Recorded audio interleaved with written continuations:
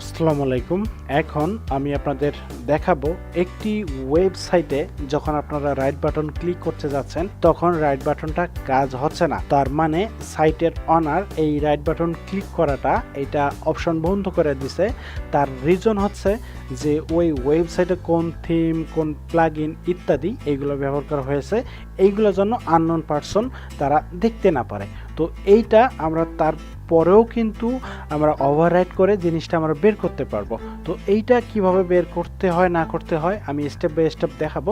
আপনারা ভিডিওটা সুন্দরভাবে দেখুন এবং একটু অপেক্ষা করুন, আমি ফিরে আসতেছি ব্রেকের পর।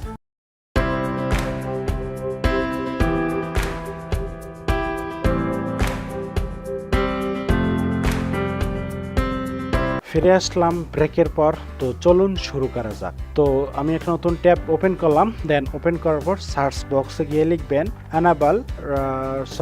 Enable right click for Google Chrome. Then এটা লেখার পর এই যে প্রথমেই যে ওয়েবসাইটটা চলে আসবে, দেন এই ওয়েবসাইটটাতে ক্লিক করবেন। এটা হচ্ছে একটা এক্সটেনশন। দেন ক্লিক করার পর এই যে এইটা হলো একটা এক্সটেনশন, এটার নাম হচ্ছে enable right click for Google Chrome.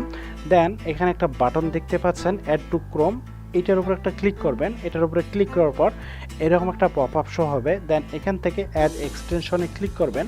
Add এক্সটেনশনে click করার পর একটু অপেক্ষা করুন। এই দেখেন আমার এক্সটেনশনটা ডাউনলোড হয়ে গেছে।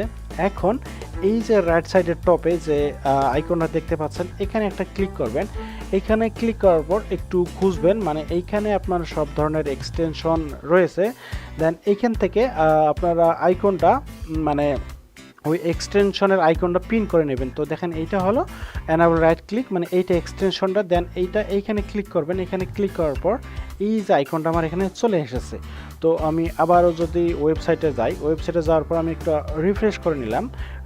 রিফ্রেশ করে নেওয়ার পর আমি যদি আবারও রাইট বাটন ক্লিক করি, দেখেন আমি রাইট বাটন ক্লিক করতেছি কিন্তু এটা কাজ হচ্ছে না।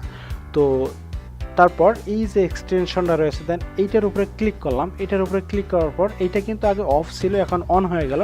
তো দেখেন এটা অন লেখা দেখা যাচ্ছে। এখন আমি যদি এটার উপরে রাইট বাটন ক্লিক করি তো দেখেন এটা সুন্দরভাবে মানে ইন্সপেকশন অপশনগুলো এসে গেছে।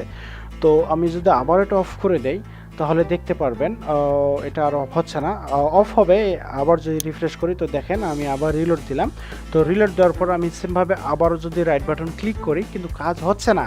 কিন্তু আবার আপনি যদি করতে চান মানে ইনস্পেক্ট অপশন বের করতে চান, সেক্ষেত্রে আবারও এখানে ক্লিক করবেন, মানে এক্সটেনশনের উপরে ক্লিক করবেন। করার পর রাইট বাটন ক্লিক করবেন। করার পর দেখবেন আপনার রাইট বাটন যেটা রয়েছে সেটা কাজ করতেছে এবং আপনি সুন্দরভাবে একটা সাইটের এখানে ইনফো দেখতে পারবেন।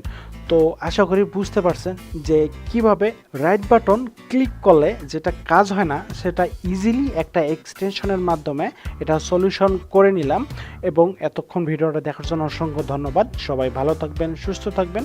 আল্লাহ হাফেজ।